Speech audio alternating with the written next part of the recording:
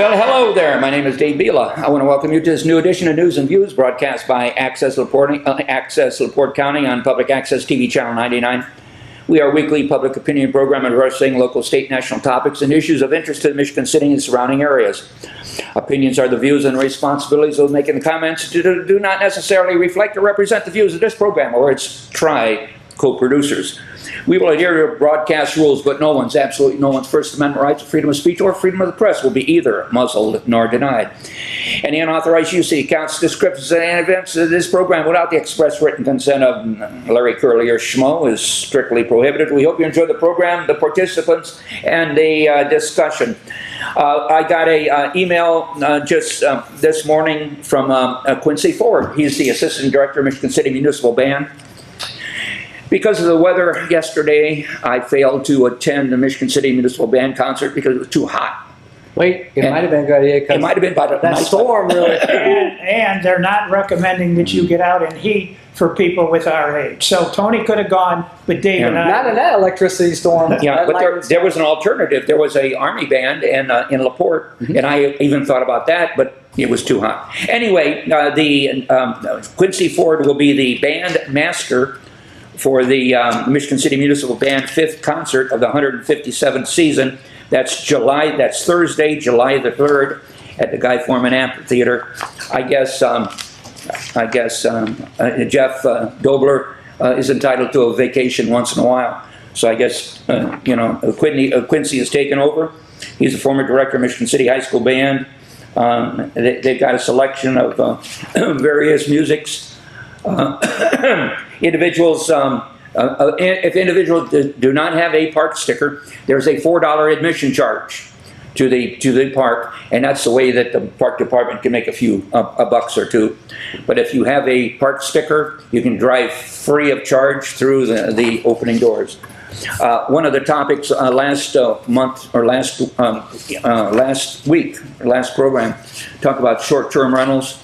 Short-term rental is identified as a building that has 7 or more days that are leased no more than 7 days. And there are laws on the books pertaining to occupancy. The bottom line, rather than going through a bunch of detail, because what I said last week, I knew what I was talking about, but now I forgot. Anyway, it made reference. Oh, here we go. To get the precise details of the Michigan City ordinance regarding occupancy based on square footage and a number of occupants per bedroom, it is best to consult the full text of the Michigan City Code of Ordinances, particularly Article 9, Chapter 22, Building and Building Regulations. In my limited interpretation of that, it appears Michigan City does not have an enforcement program because building and building of regulations, they're more interested in finding tenants to fill all of the vacant lots that we have in Michigan City so that our tax base grows. Clarence Holtz is not involved, but building administrators, and if they don't have the manpower, my suggestion last program, which again I think went on deaf ears because nobody within the city administration watches our program. But the enforcement mechanism for these rental properties shouldn't necessarily be in the city of Michigan City. It should be in the county of LaPorte. And Bob is in agreement with me. And I said it last time that the LaPorte County Health Department was the enforcement agency for these excess rentals. Yeah. So maybe it's a countywide problem, and we're here in Michigan City trying to address a city problem. Maybe it's bigger than both of us, and maybe the county health department should get involved. Maybe their budget could be enhanced so that they could have an individual. As it stands right now, if you have a short-term rental, and if you have obnoxious rental people, you know what you do? You call the Michigan City Police Department, and you know what happens? E11 emergency answers the telephone regardless of the time of day. So I don't believe E11 or 911 is the enforcement agency. It just conveys messages to police cars. Maybe the solution is each police car would have an individual phone number. And when 911 gets the call from an obnoxious tenant, the individual then could, 911 would transfer the car to a specific unit that's on patrol. Maybe that's the easiest way of resolving this problem. Maybe, maybe not. Well, just, go ahead. But Last but not least, I watched the sanitary district meeting last night, and 2 months ago I attended the sanitary district meeting, bringing to their attention ditches on the west side of Michigan City and the lack of being cleaned out and so on, and the dissemination of rainwater and so on that's been going on deaf ears for, I don't know, quite a long time. And the Al Wallace presented his findings to the board of sanitary district, and in his findings, in his report, he talked about, he said, oh, the sanitary district does comply with cleaning out ditches. He mentioned two, White Ditch and Strebel Arm. That's on the east side of town, makes no reference to the west side of town whatsoever. In his concluding remarks, he said the issue that I brought up needs to be researched further. So maybe we got the show on the road as far as standing water. Nettie's hot dog stand on Ohio and Highway 20 has a parking lot. And every time it rains, the parking lot gets an accumulation of water in its parking lot. That area had a building on it that was tore down, and they paved over the basement of that parking lot, and when the rain runs into the parking lot, and then it accumulates, and it slowly dissipates. But if you had a means of cleaned out ditches under Ohio Street and down Kinsel Ditch and down to the Black Ditch, maybe that standing water wouldn't happen there and behind Jerry Cablin's property, which also includes Market Mall property. So maybe, just maybe, that we've exposed something to the sanitary district that they may consider to owe up to their responsibility of cleaning out ditches. That's all I got to say.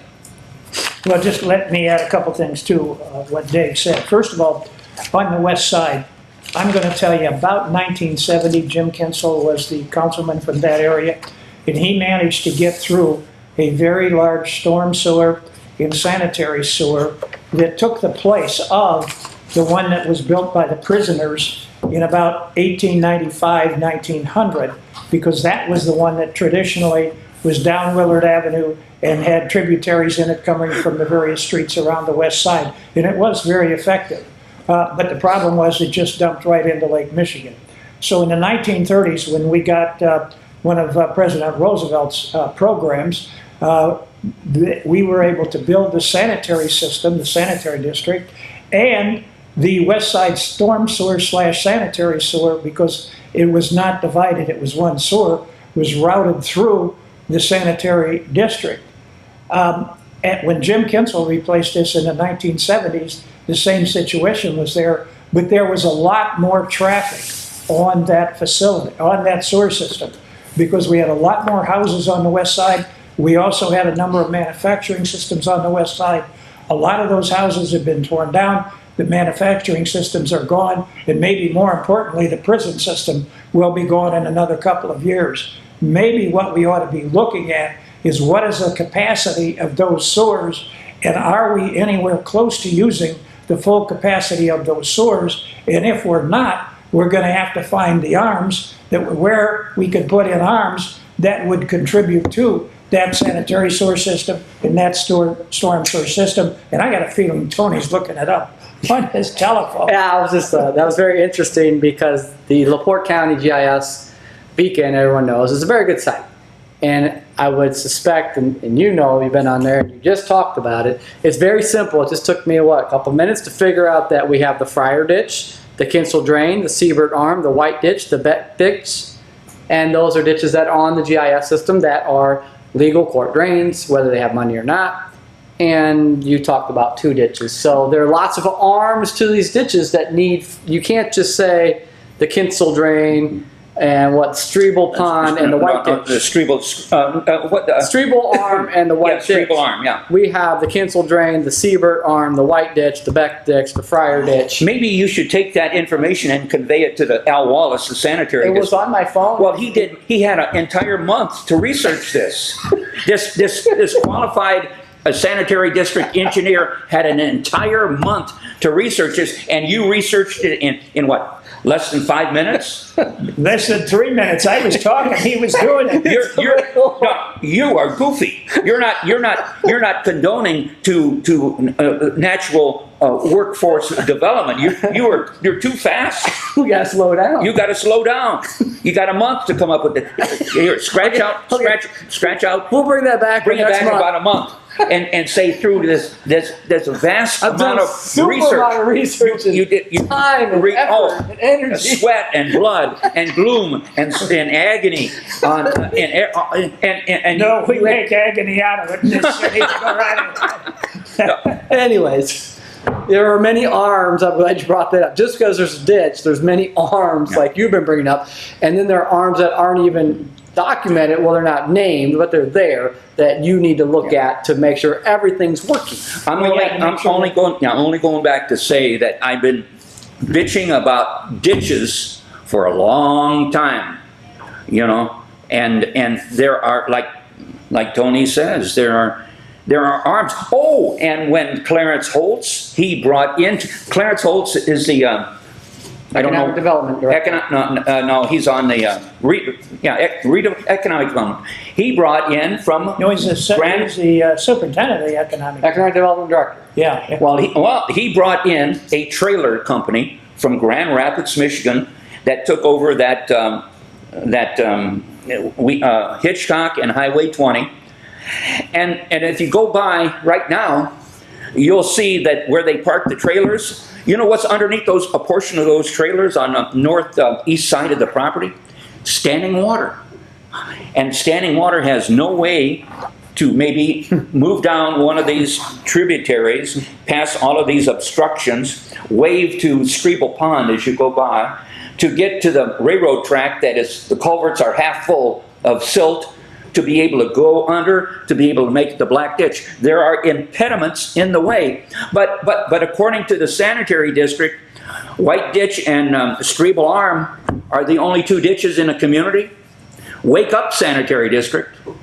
You bring up a good point. So, yes, the ditches might not be working as well as they should, but an interesting feature about stormwater and stormwater storage is that ordinance lets you store sometimes 2, sometimes 3 inches of water in a parking lot.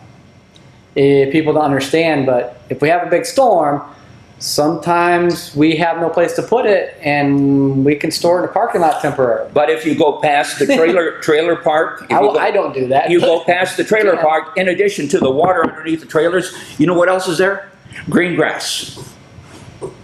So how are you going to cut your green grass when there's 1.5 feet, 2 foot of water on top of that? That just don't make sense. Well, that might be one of the arms you have to look at, connecting it up somehow, if they have the capacity in the Willard Avenue sewer system. Well, yeah, And I'm thinking because of all of the loss of the manufacturing that was on that west side, because of the loss of the number of houses that was on that west side, that storm sewer and that sanitary sewer got to have a lot of capacity. Now they'd have to check that out. You got to get your buddy Al Wallace out there to do some measurements and find that out. Tony would probably do it for a big fee. It take a month. Between Ohio Street and the back of Arno Tate Building, there is supposedly a ditch.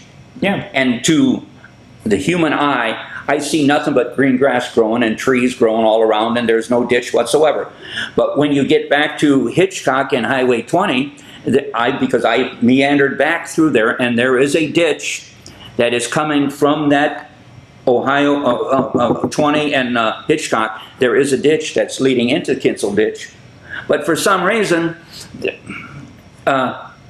nothing flows down that ditch. I wonder why. All the water from Speedway at 20 and 421, so the southeast corner, there's another auto parts store there, and the old roller rink behind there, and the Sherwin-Williams store. The next parcel to the east is a bunch of wetland reed grass. Because, and I've given this to the city twice, when the Indiana Department of Transportation redid 421 and 20 and made it wider with those turn lanes, they inadvertently cut off a storm drainage. And that area filled up with water and created a wetland because all that water drains west, not east. So it had nowhere to go. NDOT's latest thing, if you drive, they dug a little ditch going east. It doesn't go east. So that's a lot of water going west. That's all the way from east of the auto parts store by the Speedway. All that water goes west, past the mall, into the Strebel Pond, through the Black Ditch. All that water goes that way. But we don't seem to understand Mother Nature, I guess. Common sense, I think. I'm going to change the topic just a little bit, because about a month or so ago, I broached the idea that the Economic Development Commission ought to be looking at things that would have to do with the Great Lakes and would be conducive to the state of Indiana because of the situations that we have going on in this state. And one of the things I said was icebreakers and tugs. Well, this past week, President Trump, one more time, President Trump came out and publicly said he would like to award a company that manufactures icebreakers a big contract because we badly need them. Now, what would be Michigan City's importance in terms of doing that? Well, first of all, obviously the location, right on the Great Lakes. Then, closeness. We are very close to Columbus, Indiana. Columbus, Indiana is the home of Cummins Engine, which makes the largest diesel engines in the world. This is a fantastic company. It sends their diesels all over. Now, don't confuse diesel engines with engines that are used in a lot of the larger aircraft. Those require a different kind of fuel. Actually, they require, in the aircraft, a very high octane type of fuel. Diesel, it's basically diesel fuel, and they run very well on that, even though they are very large engines. So I think we could probably get some help from not only Cummins Engine, we could also get some help from the state of Indiana, because Cummins is in Indiana, Michigan City's in Indiana, and they're going to use, for a small situation, in terms of icebreakers and in terms of the tugs, they use a significant amount of steel. Very close to the steel mills to bring that in. And I think we've got a pretty good location. Now, if you think about who else might be in the running, I'd have to say Burns Harbor, which is the port of Indiana, and they use a lot of tugs in some icebreakers. So they're close, but do they have the ability to do that? I don't know. But certainly Michigan City ought to be talking to the state of Indiana. Start there. Find out who is the director of real estate for Cummins Engine. See if you can get an introduction for two of the people that we hired and paid a national salary to do things like this. And apparently we've got them doing a lot of local stuff, but not much on a state or a nationwide basis. And that's where they ought to be hired, because they're paying salaries that you pay people to do this nationally. Go down to the state of Indiana. They will have an economic development commission similar to ours, although it'll be much bigger. Find out what you can find out from them about Cummins Engine. And along with that, Eli Lilly, because I know Eli Lilly is looking to locate in the state of Indiana.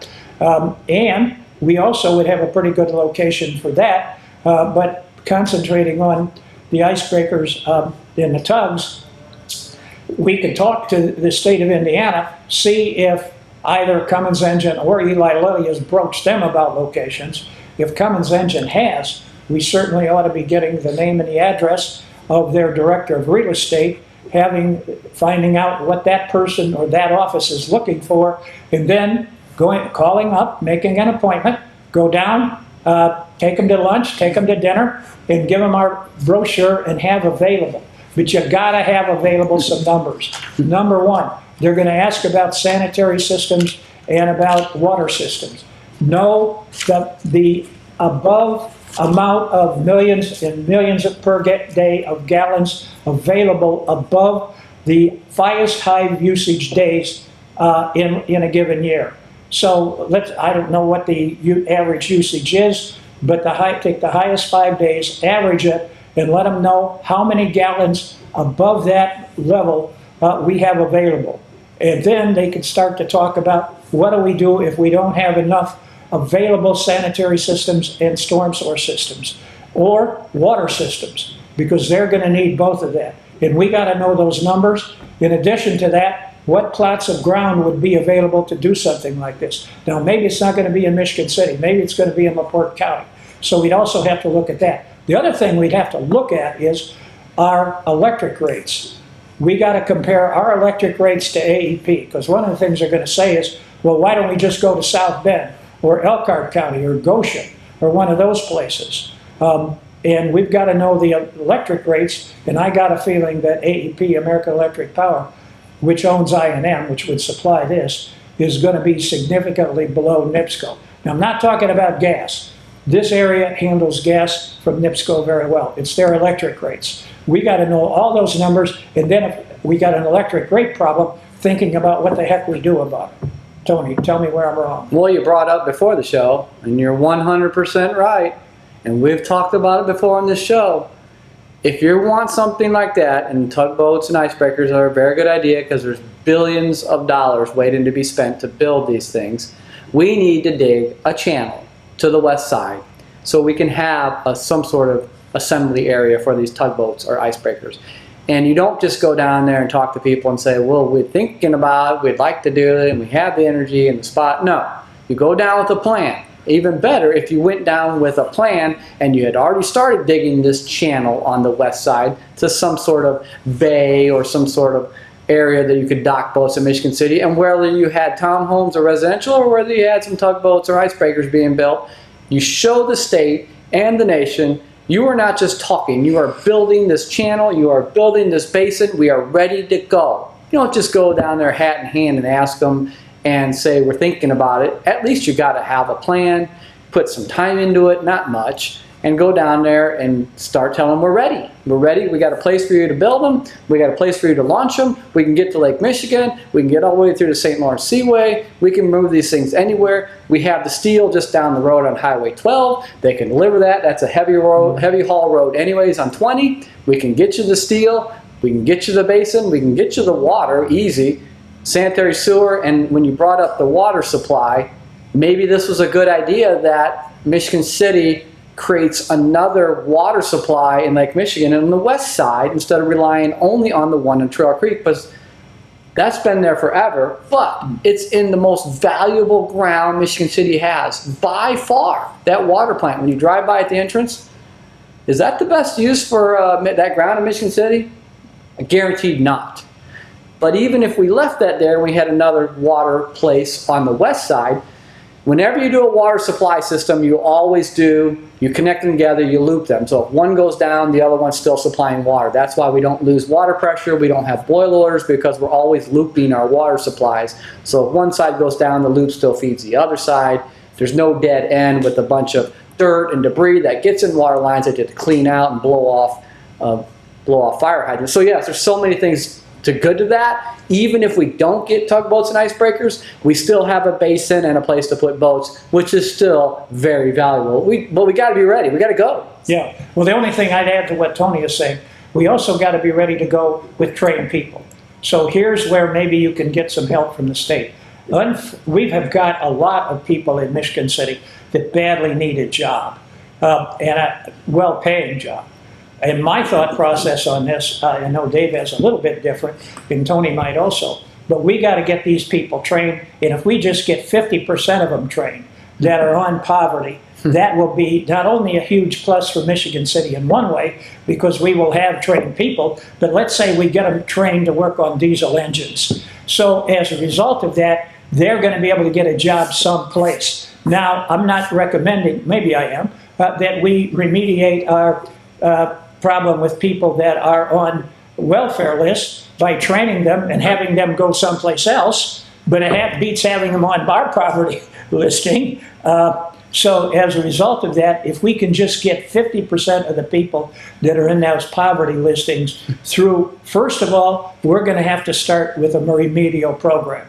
And the state is probably going to have to come in there because, unfortunately, Ivy Tech does no longer do remedial training. So we're going to have some way to do that, either through a high school plus program or a program at Ivy Tech where the state would grant special funds in order to do that. Then, in addition to that, we would also be training people who already have a solid background but have no ability yet to do something with diesel engines. Because of the fact that if you can work on these diesel engines, I don't care where you're at, you're going to get a job. And there's a lot of people out there that need people who can work on diesel engines. So I'm thinking that we're going to need a training program, and we got to get it started before we get anybody here at Ivy Tech and at the Michigan City A.K. Smith Center to work specifically on these engines. And I got a little more to go, but let me pass it to either Tony or Dave for a second. Well, I just had a thought. President Trump is maneuvering for what he calls his big, beautiful bill. And in this big, beautiful bill, 10,000 people will get kicked off the welfare rolls. But those 10,000 people are capable of working. Maybe that is where the future workforce will come from. If we could get 5,000 of them, that would be great. We could get 5,000 You'd be doing so that the individuals who are losing their welfare benefits, even though they are capable of working, maybe they can come here to Michigan City and help what we need help with. And the reason I talk about this is because, well, I did some research into how Ivy Tech schools like that actually came about. And believe it or not, the very first one was done in the state of South Carolina. If you go into the state of South Carolina right now, you're going to find places along Interstate 85 like Spartanburg. Spartanburg, South Carolina, has now and has had for years, believe it or not, a negative unemployment rate. Greenville, South Carolina, about 30 miles south of there, is a 0 unemployment rate. Anderson, which is 30 miles south of Greenville, basically the same situation. But they started the idea of these Ivy Techs. And one of the things they did, because there was so much segregation in the South, they said, look, we've got to train everybody. We've got to bring these people up in order that they can do the types of work that will pay them enough money that we can bring the state of South Carolina up. And they made sure that there was no segregation in acquiring the education from these jobs. You could get in, you just had to show them that you were willing to work, and you got admitted. And maybe that's one of the things that we also have to stress. It doesn't matter whether you're an accountant or somebody else, you want to learn, or that you're on poverty and you want to learn. We're going to put you in and we're going to teach you. I like your new thing, and I hope it takes hold. High School Plus. That's a very good program we need to do, because people, and Mayor Angie talked about it too, we need to get those people from 18 to 21. That's the plus. We need to get those people. They might not go to college and they might not go to a trade school, but they'd go to a school that teaches you one skill that will make you a lot of money. I really like High School Plus because we need to get that plus to people, and there's so much we can do. And you say if we got 50%, I think if we got 10% of the people, if we got 5% of the people to jump on board, we would really be making waves and getting stuff done. And we need to move from high school, somewhere between high school and college, and some sort of trade to get these people these very good jobs. And we need to make sure that they're coming here. We have it here, it's ready for us, somebody's just going to have to do it. Well, one of the things you need to stress in this is that they do need to learn math. And in this High School Plus program, I don't care how long it takes them, you got to get them to be able to do basic algebra. Yeah, be patient about it. They could learn. And one thing you didn't bring up, things that we see happening across the world. My friends went to Purdue, and they were going to Purdue as aircraft mechanics and builders. And it's a major you can do at Purdue, but not many people take it because the major airlines were outsourcing their aircraft maintenance and repairs to Mexico and I guess Turkey and other Pakistan. And we have seen what that's doing in the world of which we live. Either they are not doing the job or they are doing a job purposely bad, and planes are not flying like they should. We see some very bad things happening in airplanes. Maybe, and I hope Trump is doing this, I haven't heard, but maybe they're going to bring back some of those repairs and maintenance back to the United States even though you pay people more, better living, union wages, you don't have planes having problems we see across the world because we got good mechanics who don't have a political bent that they might take care of some Americans or some capitalists because they didn't maintain the plane like they did and they laughed and let the plane go out and we saw what happened. So aircraft mechanics have been taking a beating in the United States, mostly because of Mexico, and they send their plane, they could fly their plane anywhere. They could fly the plane anywhere and get it maintained. So they fly to places that's cheaper. And major airline, every major airline does this. There is a industrial park, I believe, someplace in the state of Missouri, that the GE company is relocating its plant from China to this 8,000 Yes. area industrial park. That's potential. $500 million. A lot of jobs. Again, specifically because GE, of course, has to pay tariffs when they bring in their merchandise. And if they build their merchandise here in the United States, the tariffs are waived. But they have to pay more, so you either build it here with our people and it looks like they found out you can pay people more with benefits, health care, and good wages and still be left less than the tariffs, and everyone doesn't like the tariffs, but that's what they're intended to do. Bring the jobs back here. So there is definitely a move afoot out there to relocate jobs outside of the United States. Of course, Canada is in opposition to it right now. They want to be the Trail Creek of the Northern Hemisphere, so to speak, and they want to run by themselves. But when they get in trouble, where are they going to come to? Who are they going to ask for help from? So yes, that's what economic development should have. They should know this before even we do or anyone else does. They should know the players in the game.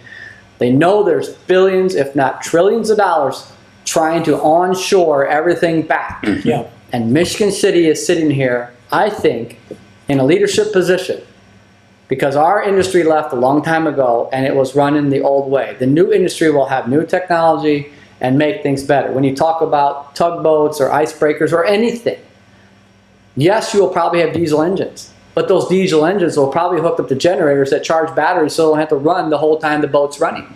That is a change that every industry has seen, that we as a new manufacturer of these boats would have the advantage. But you have to have engines that are capable of doing that. Yes, Yes. and those Cummins engines Yeah. can do that. Yeah. When you look at, so if Love's Truck Stop came in not too long ago, and they just put up their main sign in 94, everyone saw that go up. Well, for months and months and months, they didn't have any electricity run to that sign. And I was back there doing some surveys, and United Rentals, big company, they rent generators for whatever they need, commercial, industrial use. They had a generator, diesel, power generator, and they had a trailer battery pack. So the diesel generator wasn't running. It might have ran once every 3 days, once a week. It ran enough to charge the battery. And then the battery ran the big sign that you saw up there for months. And the diesel generator didn't just sit there and run and run and run the turn generator. It ran long enough to charge the battery and run the sign. And it only turned on when the battery needed charging. That is a shift that we're going to see in everything we do. We don't need engines running 24 hours a day in case the generator needs to put power out. We could have another system that has battery. And Michigan City Sanitary District should be looking into this too. I know LaPorte City is looking into this, that the lift stations we have out there, those don't run all the time. And when they run, they take a lot of electricity. But when the electricity is not out, which we saw in the storms, they have a generator that turns on and runs constantly until the power's back on. We don't need that. We need a small generator that can run the generator to charge the battery pack that's sitting there, so when the power does go out, it can run that lift station. But even better, if that lift station had a few solar panels and charged the battery, maybe we wouldn't need all the electricity when we do need to run the pumps once in a while, because Michigan City has a lot of lift stations just like everybody else. 41 or 42. That is something we should be looking into. I'm not saying the sanitary district they have enough to do, but somebody who's in the district or in the city should be looking at those future things along with economic development to find a way to look way ahead. You look at LaPorte City Sanitary District and you go by their plant. Years ago, I think 5-7 years ago, Jerry Jackson, pretty amazing guy, found out that he could save a bunch of money, and he got solar all the way over there. Michigan City School District's got solar in that back part, because somebody had the vision and the leadership to look to the future 5, 10, 20 years down the road. The other thing I want to say about diesel engines, and this is one the Economic Development Commission could probably find out fairly easily. We have ocean-going freighters coming into the Port of Indiana in Burns Harbor. We also have steel haulers coming into the Port of Indiana out of the Mesabi Iron Range. I wonder how many of those have problems with their diesel engines when they get in port that they have to have fixed. And there's got to be situations where these ships they can get offloaded, but they can't get back out until somebody works on one of their diesel engines. And I got a feeling there's going to be a real demand for those as time goes along, and I think there already is. I just like to know where they're getting the help to do this from, and how much time is it taking to get it done. And if we could get people over from Michigan City to work on those engines, they'd get paid a lot of money, and as a result of that, they'd be coming back here to spend their money to help out with our restaurants and some of our other situations. You bring up the point, and I brought it before on this show, and the show used to do with point and counterpoint. All these hybrid generated battery cars and vehicles and semis are going to come, whether you like it or not. They are going to be driving themselves, and just like the airlines fly their planes to Mexico, Turkey, or Pakistan, or wherever to get them maintained, Michigan City should look at being the hub. We are the hub of transportation. That these vehicles come to be maintained and repaired. Because, in my lifetime, they're going to drive themselves. And if they know, hey, I got to drive to Michigan City, pull in here, I'm going to get repaired, I'm going to get maintained, and then I'm going to go back and do my delivery. Especially semis, long haul on the interstate, those are coming. And they will just say, hey, we know it's Michigan City, that's one spot in the middle of the country, we go, we'll get maintained, we'll get fixed, we'll check the batteries, we'll check the generators, do the oil, and then we'll move on. And we need to be ready for that. That is going to take you at least 5 years, maybe 10 years to get that city set up as the hub of these autonomous vehicles. And they'll just come and they will fix them and they will move along. To start with, though, we're going to have to get the Economic Development Commission working on this. We hired 2 people, basically paid them salaries that you would be paid on a nationwide basis, and I can tell you that that's very nice, because when I left Pullman, that was paying me above average Michigan City salaries. Whirlpool paid their management people on a nationwide basis, because we got transferred all over the place. I was fortunate enough that I got to live here for 20 years and work with Whirlpool. But when you get paid on a nationwide basis, believe me, it's a lot better than the salaries in Michigan City and the Port County. But you got to produce. Yeah. Not going to pay you a double salary to do the same thing you were doing, which we've seen is not really That's all I asked for. And panning out. that's all I asked for, and Whirlpool let me go. I was really happy. We're paying them, and you got to be you have to have the vision. And if you can't find people, if your people don't have the vision, we have to find the ones that do. There are people, Bert Cook in LaPorte City does a great job in economics. He does an amazing job. Got the vision, got the leadership. That's the kind of people we need, the go-getters, the people that can look out 5 or 10 years and go to Eli Lilly or go to these people and ask them, would you like to come to We're ready for you. Those are the people we need. We need that kind of development. I'm going to change this conversation slightly for a few short minutes, because I'm going to talk about something that has not been on TV. When they talk about the bombers that dropped the big bombs, the 30,000-pound bombs in Iran and took out their nuclear facilities, most of them are talking about what these warriors did and how they had to accomplish it, this kind of thing. But there's a couple things that you only pick up on at 4 o'clock in the morning. Well, I was 2.5 years as engineering officer and a minesweeper, and 3 times during that tour of duty, we had a oiler pull up beside and refuel us because we were on a project that they didn't want to take us off of. This is not easy. We were 10 to 12 knots at high seas going like this. They were up in the air, 30,000 feet to 50,000 feet. It's amazing the technology and what they could do. But the other thing that I don't think many people have thought about, they didn't have a moon. There was no light. That happened at a time when there was no moon because they didn't want these stealth bombers to be seen by somebody on the ground. So as a result of this, they managed to do that without a moon, and they had to refuel very quickly when they took off the ground and got up to their height at which they were flying, somewhere between 30 to 50,000 feet, because they couldn't take off with full fuel tanks.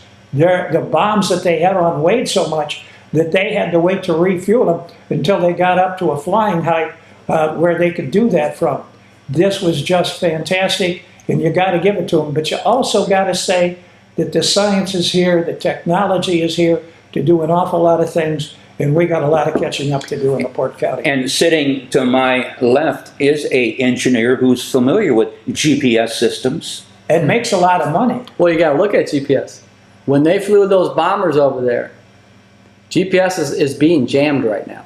In Russia and the Straits, they're being jammed. So they have, just like we have, they have accelerometers very accurate in their planes and their ships and everything else military.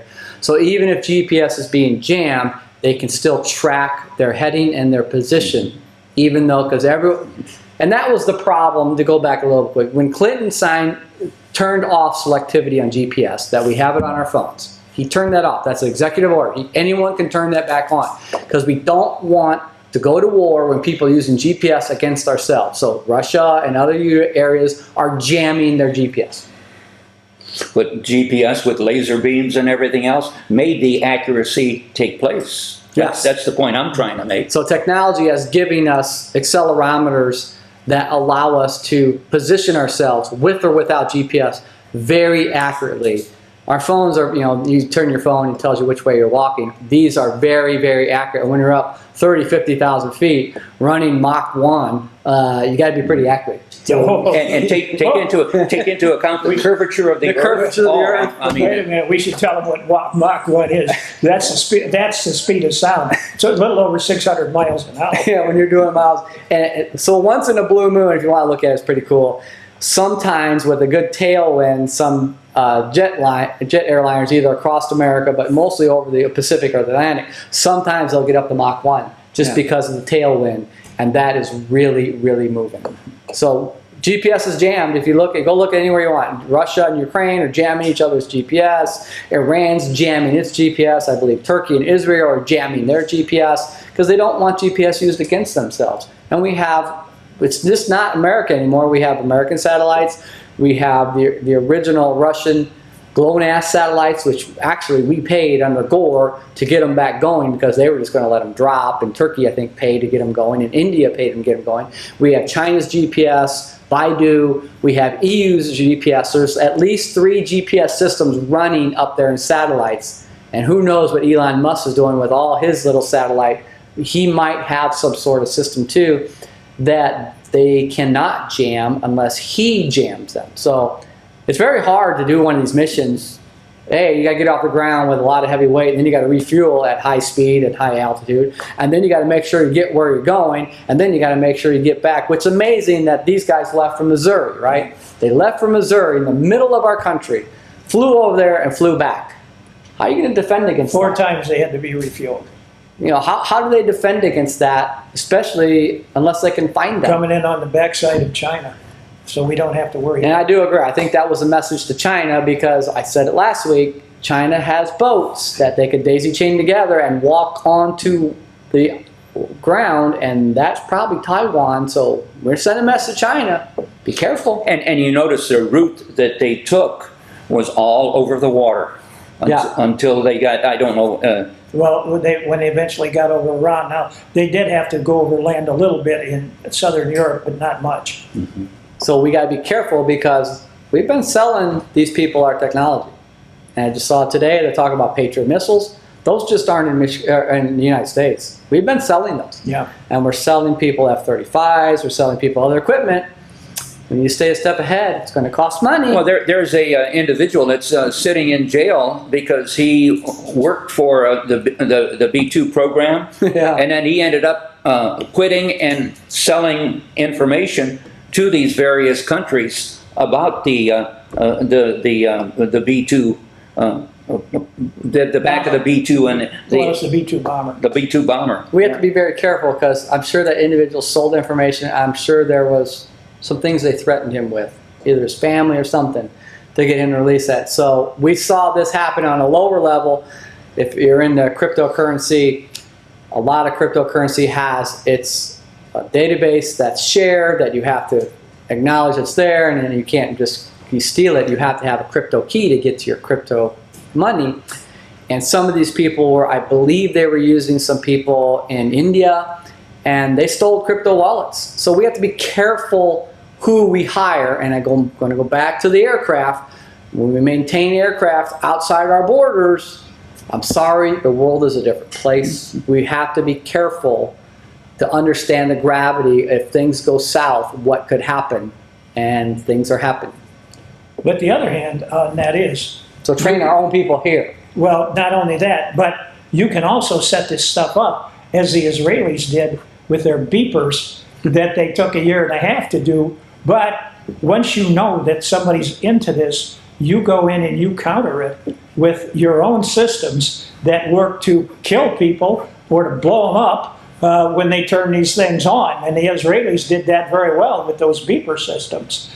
Now, I don't know if we're capable of doing that and would do it, but hey, the Israelis, fantastic what they did with it. We have to be very careful. This technology, this phone, has a battery in it.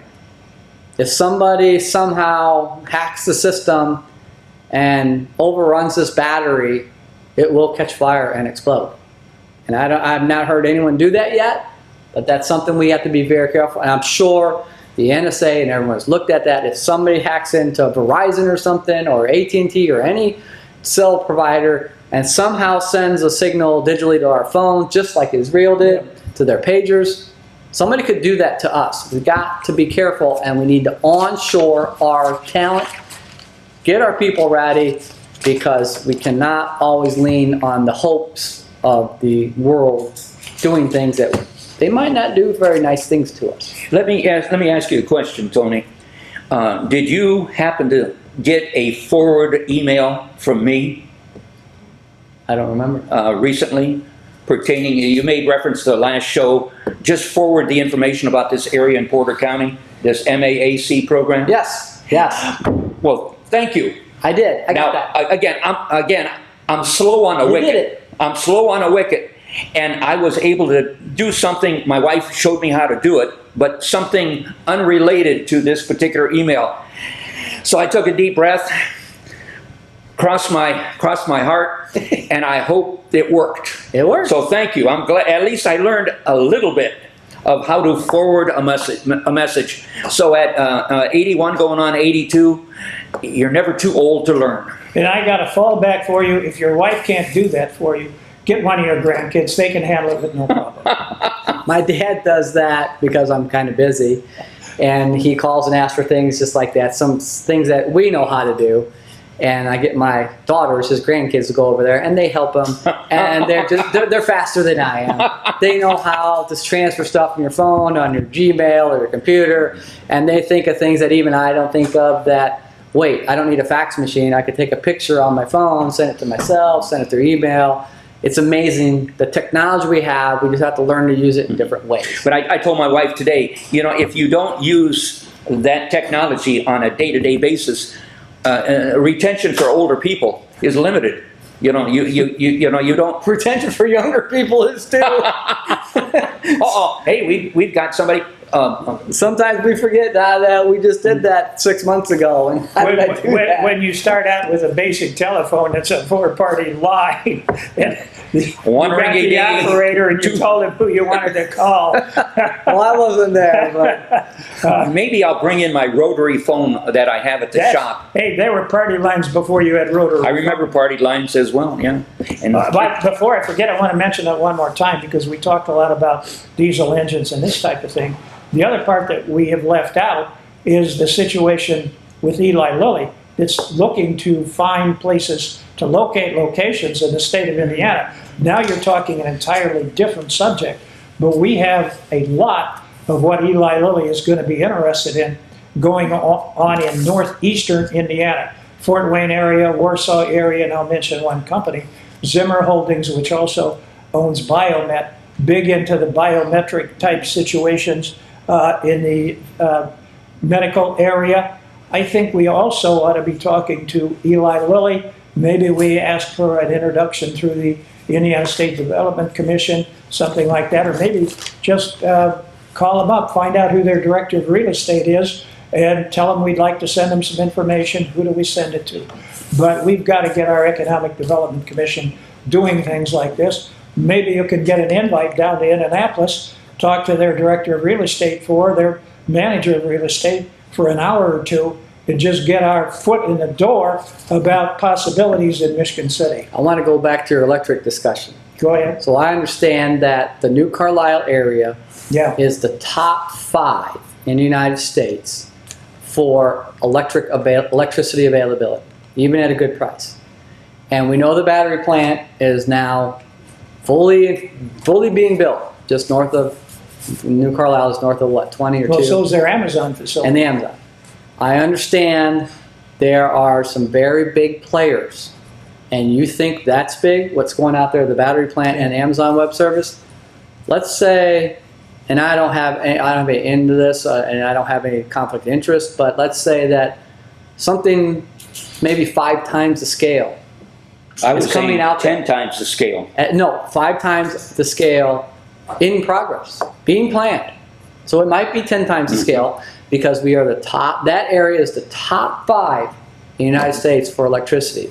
So we need to piggyback. If that area is going to grow that expansive, here we are just down the road.